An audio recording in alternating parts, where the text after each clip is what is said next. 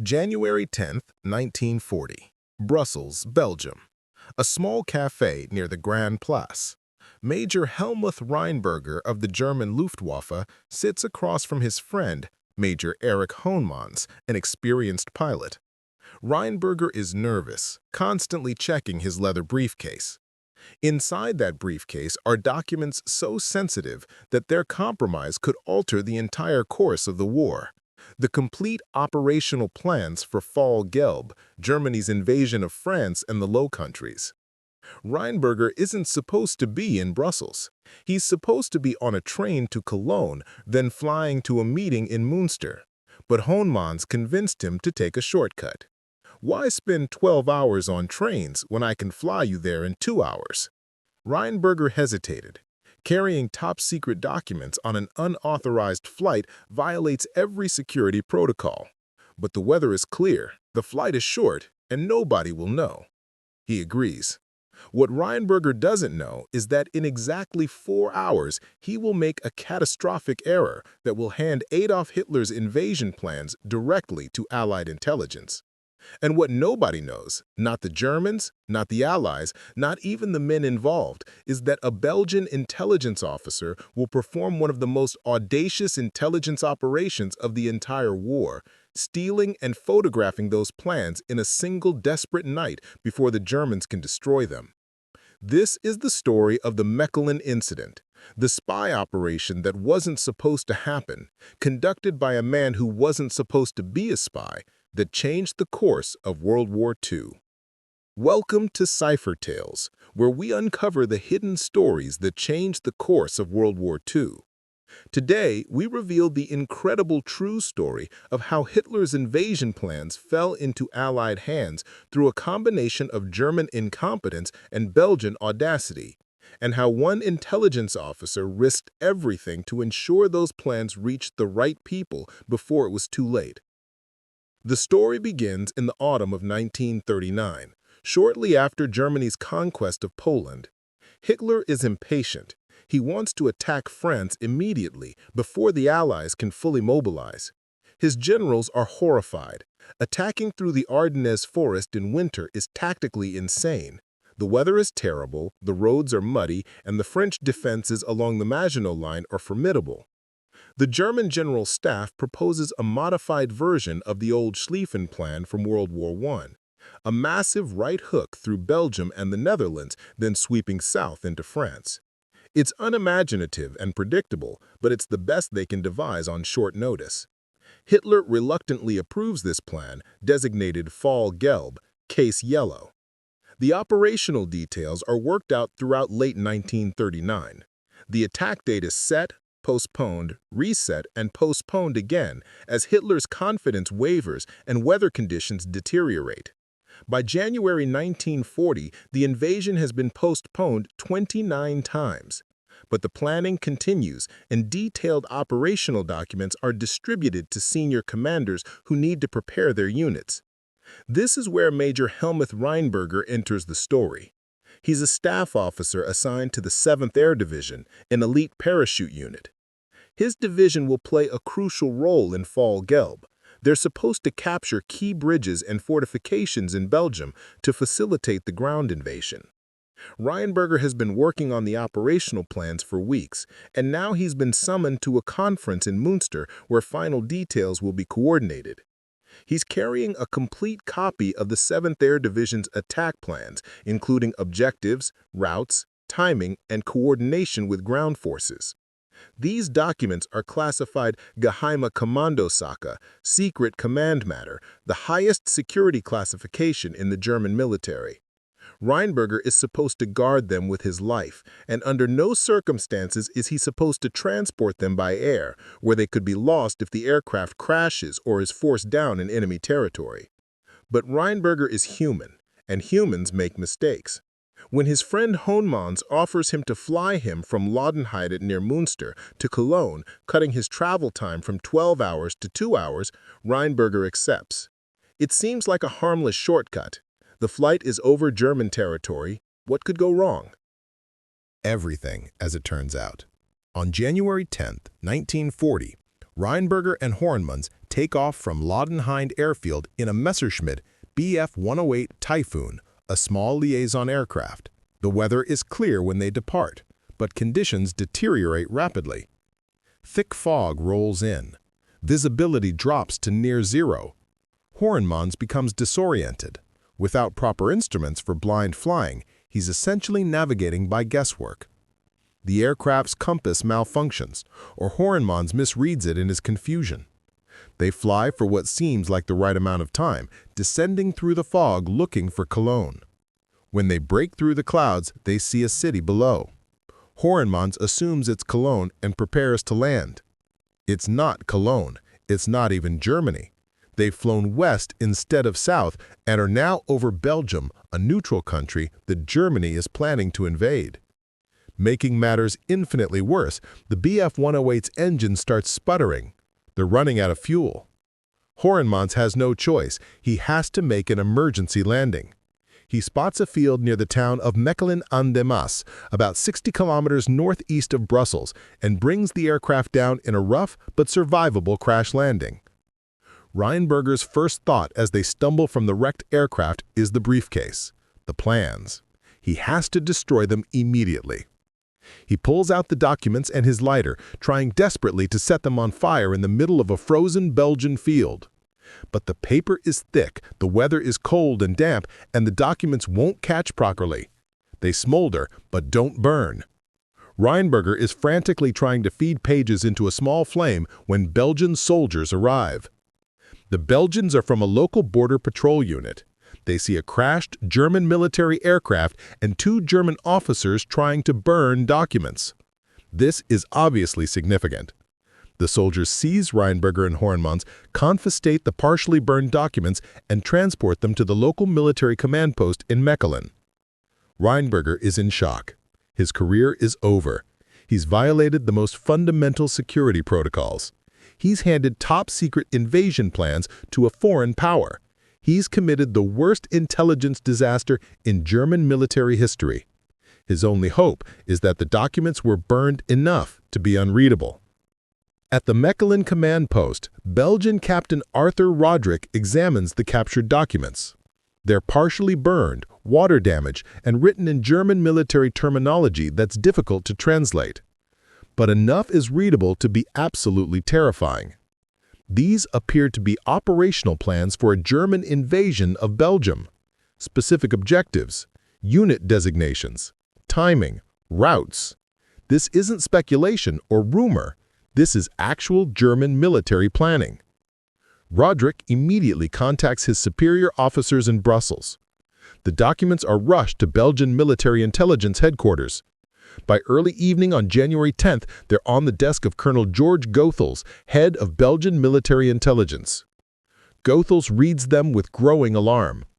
If these documents are genuine, and they appear to be, Belgium is about to be invaded by Germany within weeks, possibly days.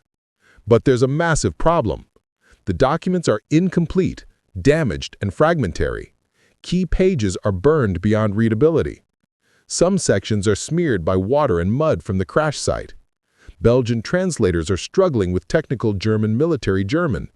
And most critically, the Belgians don't have enough time to fully analyze and understand what they're reading before they have to make decisions about what to do with this intelligence.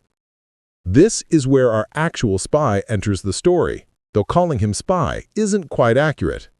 Major Jean-Adolphe Koltz is not a spy in the traditional sense. He's a military attaché at the French embassy in Brussels, which is a diplomatic posting that includes intelligence-gathering responsibilities but is fundamentally different from being a covert agent. Koltz is 48 years old, a career army officer, methodical, cautious, and deeply skeptical by nature. He's been serving in Brussels for 2 years monitoring German military activity and reporting to French intelligence. He's a bureaucrat, an analyst, not a field operative or risk-taker. On the evening of January 10th, Koltz receives an urgent summons to Belgian military intelligence headquarters. This is unusual. The Belgians are officially neutral and generally don't share intelligence freely with French or British representatives. When Koltz arrives, Colonel Goethals explains the situation. German aircraft crashed, documents recovered, appear to be invasion plans. The Belgians are in a terrible position. They can't publicly acknowledge possessing these documents without violating their own neutrality. They can't return them to Germany without appearing complicit. And they can't fully analyze them without help because their intelligence service lacks the expertise to understand German military planning in depth. Goethals makes Koltz an offer. Come look at the documents unofficially. Tell us if they're genuine. Help us understand what they mean. But everything is unofficial, nothing is in writing, and if word of this reaches the wrong people, Belgium's neutrality is compromised and Goethals will be court-martialed. Koltz agrees and is escorted to a secure room where the captured documents are laid out on a table. What he sees shocks him. These aren't vague plans or preliminary discussions. These are detailed operational orders, unit designations he recognizes from German Order of Battle intelligence. Specific objectives: capture bridges at Maastricht, seize Fort Eben-Emael, establish airheads for parachute operations. Timing: H-hour designated as dawn on an unspecified day, but operational preparation indicates readiness by late January or early February 1940. Koltz realizes immediately that this intelligence is potentially invaluable.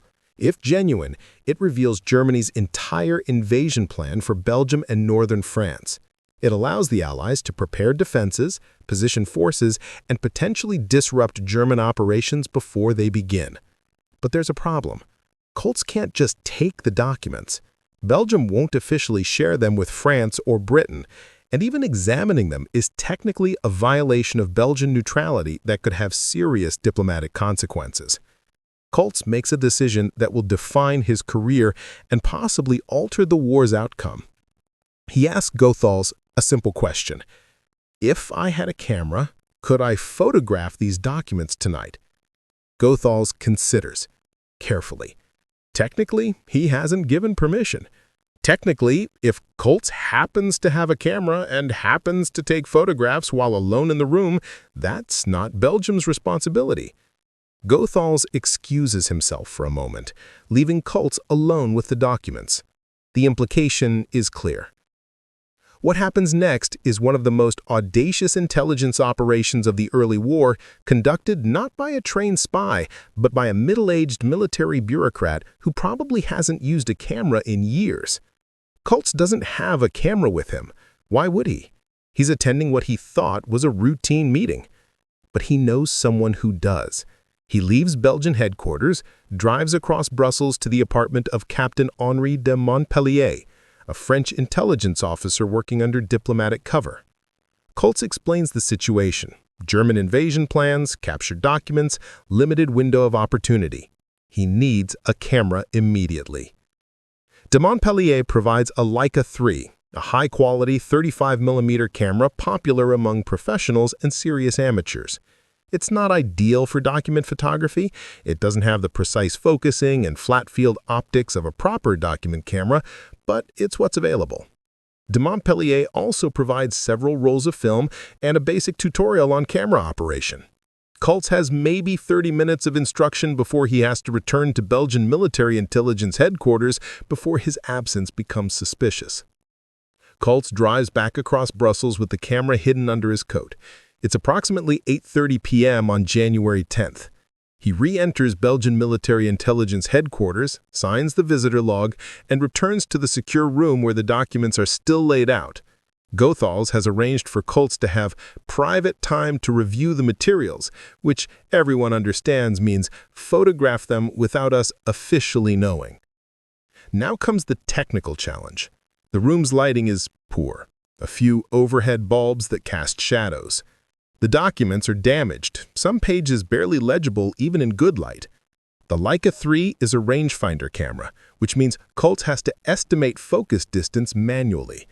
He has no tripod, which means all exposures will be handheld, increasing the risk of blur. He has limited film, maybe 150 exposures total across multiple rolls, and he has no idea how long he has before someone interrupts or the Belgians change their minds about this unofficial arrangement. Koltz works methodically. He arranges each document on the table, carefully flattening pages that are curled from water damage.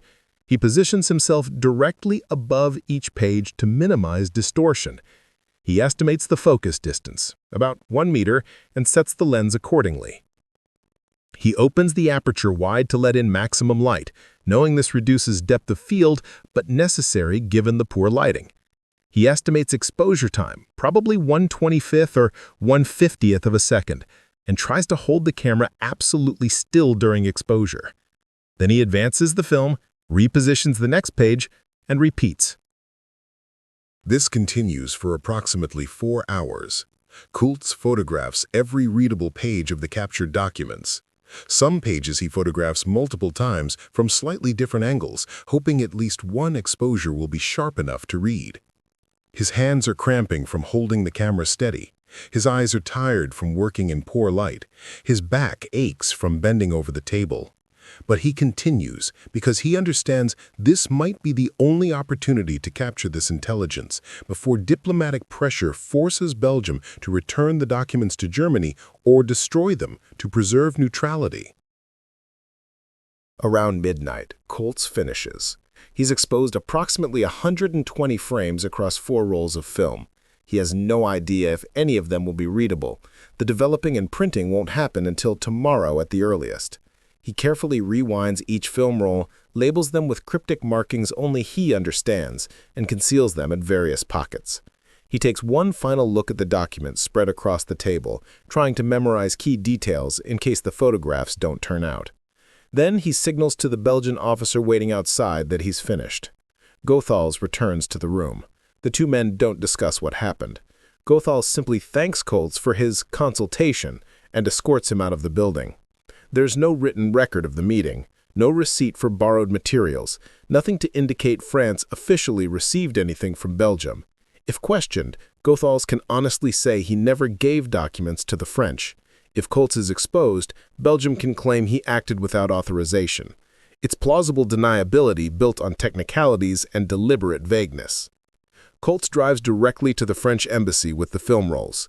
He wakes up his communications staff and sends an urgent encrypted message to French military intelligence in Paris. Critical documents photographed, developing immediately, preliminary report follows. Then he finds de Montgomery, returns the camera, and explains they need to develop the film right now, tonight, before anything happens to compromise the operation. The French embassy doesn't have a proper darkroom. Why would it? But they improvise.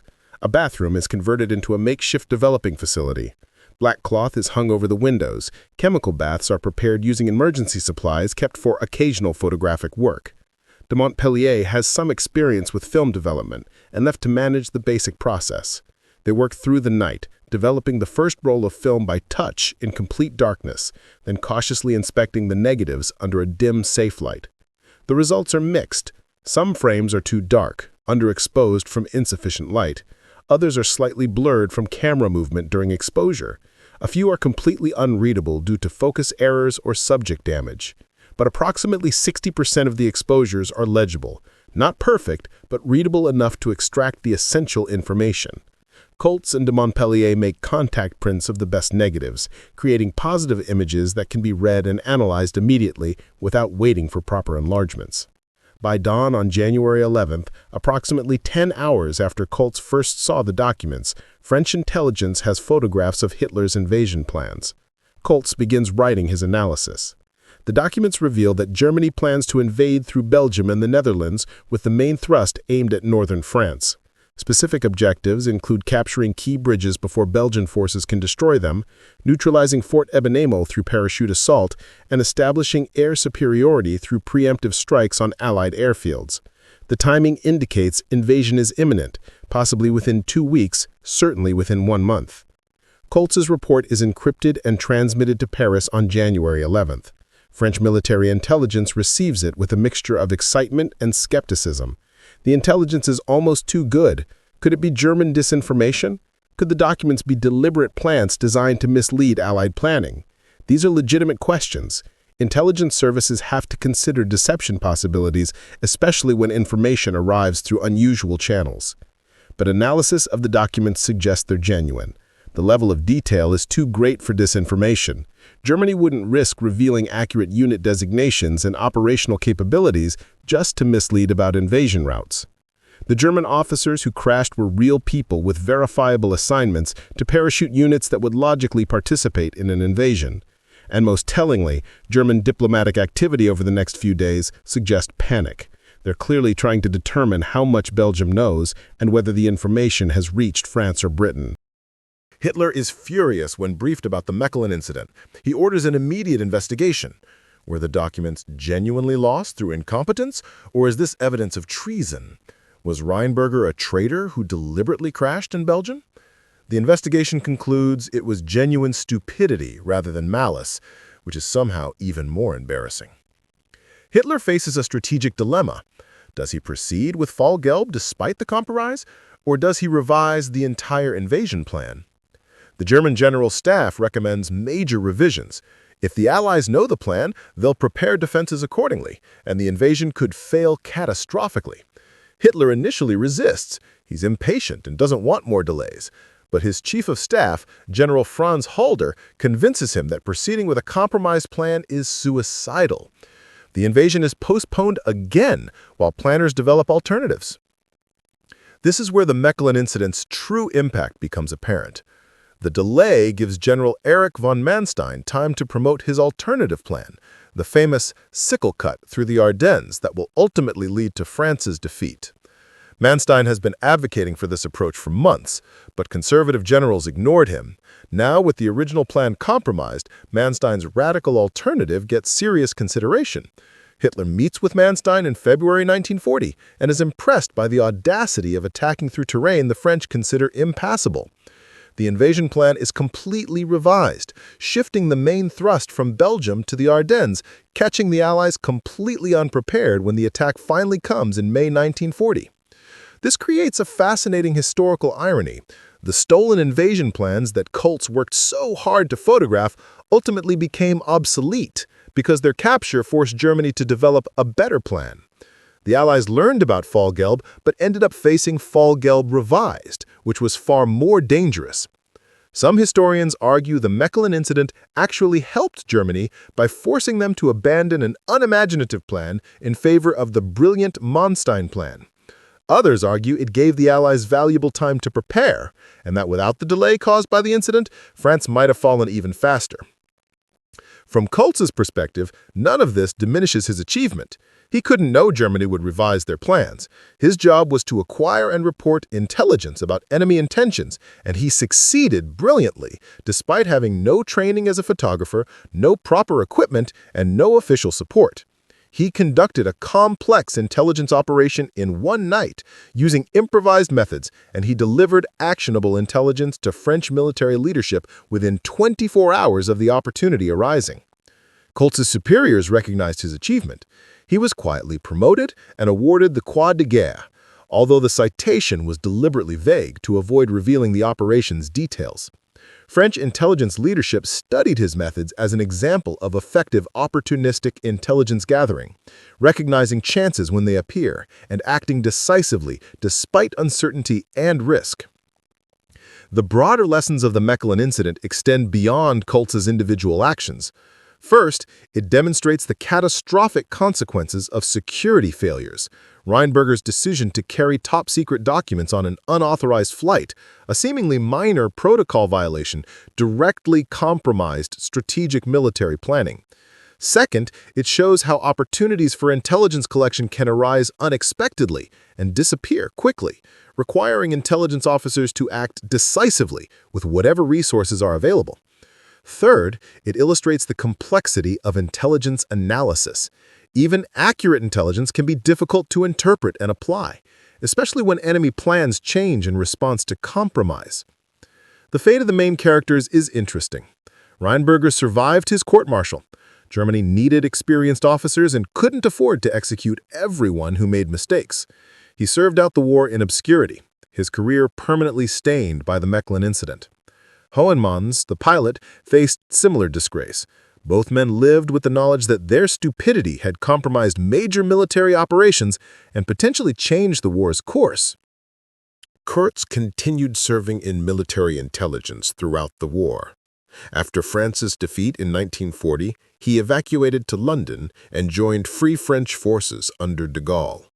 He worked in intelligence planning for the eventual liberation of France, bringing the same methodical competence he demonstrated in Brussels.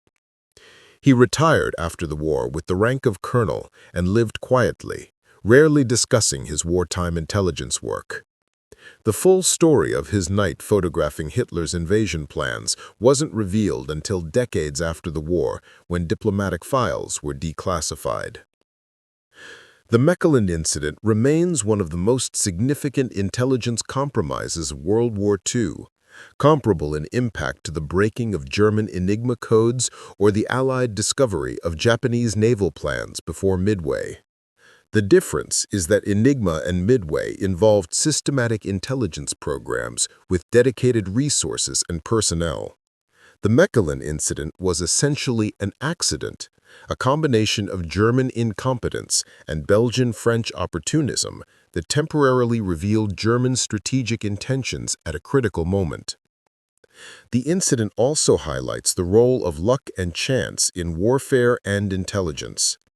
If the weather had been clear, Hohnemans wouldn't have become lost. If the compass hadn't malfunctioned, they wouldn't have flown into Belgium.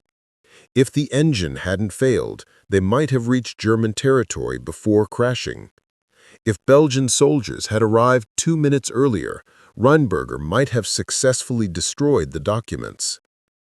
If Goethals hadn't been willing to bend neutrality rules, Kurtz would never have seen the documents. If de Montpellier hadn't owned a quality camera, the photographs would have been unreadable.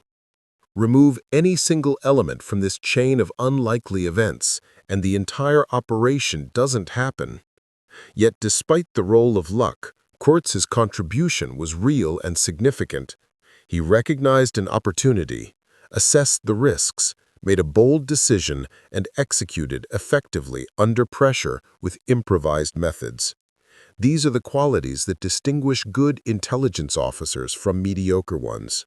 Not just technical skills, but judgment, courage, and ability to act decisively when opportunities appear. The technical aspects of Kurtz's photography are worth appreciating.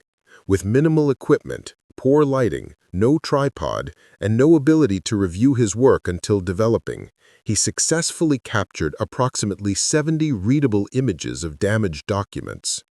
Modern intelligence officers with digital cameras, portable lighting, and instant review capabilities would find this achievement impressive. Doing it in 1940 with a consumer camera and no preparation was remarkable. The diplomatic dimensions are equally fascinating. Belgium's position was incredibly delicate, officially neutral, but threatened by Germany and sympathetic to the Allies.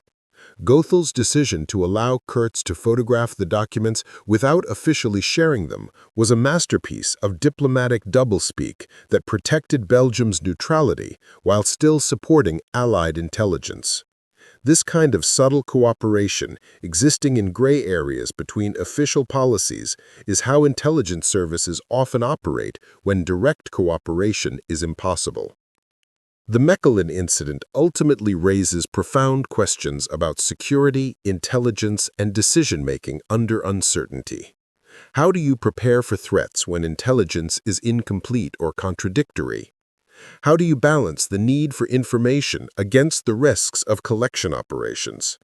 How do you verify intelligence that seems too good to be true? These questions remain relevant today, as intelligence services continue wrestling with similar dilemmas.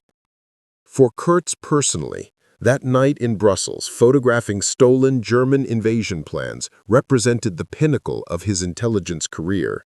Everything before was preparation, everything after was consequence. In one night of improvised photography under absurd conditions, he acquired intelligence that influenced Allied strategic planning and possibly extended the phony war period, giving Britain and France additional months to prepare for the storm that would eventually break in May 1940.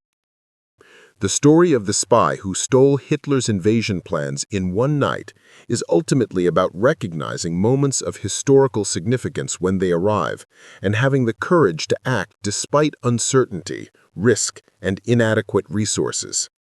Major Jean Adolphe Kurtz wasn't a legendary spy like the fictional James Bond or the real-life Kim Philby. He was a competent bureaucrat who found himself in an extraordinary situation and rose to the occasion. His achievement demonstrates that sometimes the most important intelligence operations aren't conducted by elite operatives with sophisticated equipment, but ordinary professionals who recognize opportunities and refuse to let them slip away. But here's the secret nobody tells you about the Mechelin incident. Koltz wasn't the only person who photographed those documents that night. A Belgian intelligence officer, Captain Maurice Deltour, also secretly photographed the same documents hours before Koltz arrived, using a completely separate camera and without knowledge of the French operation. Belgian intelligence kept this secret for over 50 years because it would have exposed how deeply Belgium violated its own neutrality. Deltour's photographs were apparently even better quality than Koltz's because he had access to proper document photography equipment. But Belgium never shared them with the Allies officially, fearing German retaliation. Those Belgian photographs weren't declassified until 1995, and they revealed details that even Koltz's photos had missed. And there's something even stranger. German intelligence never fully believed the Mechelin incident was an accident. They suspected Rheinberger was actually a British or French agent who deliberately crashed in Belgium as cover for delivering falsified invasion plans designed to mislead Allied defenses. The Abwehr investigation continued throughout 1940 and 1941, with agents trying to prove Rheinberger's flight was orchestrated. They never found evidence because it truly was just catastrophic incompetence. But the investigation files contain wild conspiracy theories about British agents infiltrating the Luftwaffe and orchestrating elaborate deception operations. And there's an even more shocking twist. One of the German documents Koltz photographed contained a handwritten annotation that was barely visible in the original, but showed up clearly in the photographic enlargement. The annotation, apparently written by a German staff officer, questioned whether certain objectives were realistic given available forces. This marginal note suggested internal German doubts about Fall Gelb's viability, which Allied intelligence interpreted as evidence that Germany was overextending and vulnerable to counterattack. This influenced French offensive planning in ways that proved disastrous when the actual invasion came with completely different objectives. Want to know what was in those Belgian photographs that Koltz never saw? Curious about the Abwehr investigation that tried to prove the Mechelin incident was British espionage? Subscribe to Cipher Tales because our next video reveals the secret parallel intelligence operations that ran alongside famous World War II events, the classified operations that remain partially redacted even today because they exposed how neutral countries secretly cooperated with both sides. The reason why some World War II intelligence files are still classified 80 years later will shock you.